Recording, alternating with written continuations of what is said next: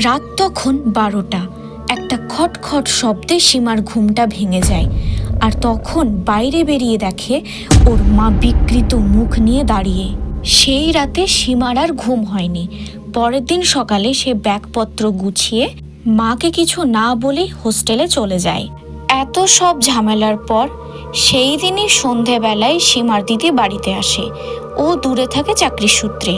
সেই সন্ধ্যায় সীমার দিদি মাকে স্বাভাবিক অবস্থাতেই দেখেছিল। তবে আসল ঘটনা শুরু হয় রাতে। রাতে সীমার দিদি কিছুতেই ঘুমাতে পারছিল না। হঠাৎ বারান্দায় একটা ঠক ঠক শব্দ। এটা আবার কিসের শব্দ?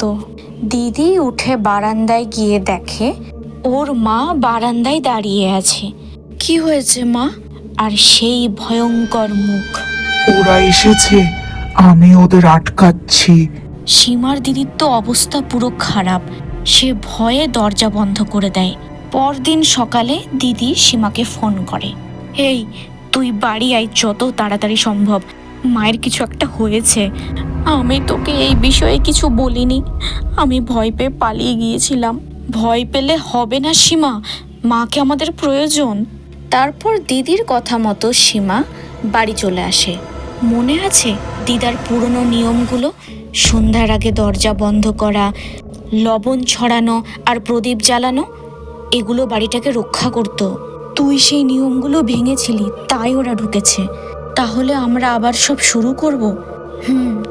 তারপর রাত হবার আগেই ওরা দরজা বন্ধ করে, প্রদীপ জ্বালিয়ে কিছু নির্দিষ্ট জায়গায় রেখে দেয় আর চারিদিকে লবণ ছিটিয়ে দেয়।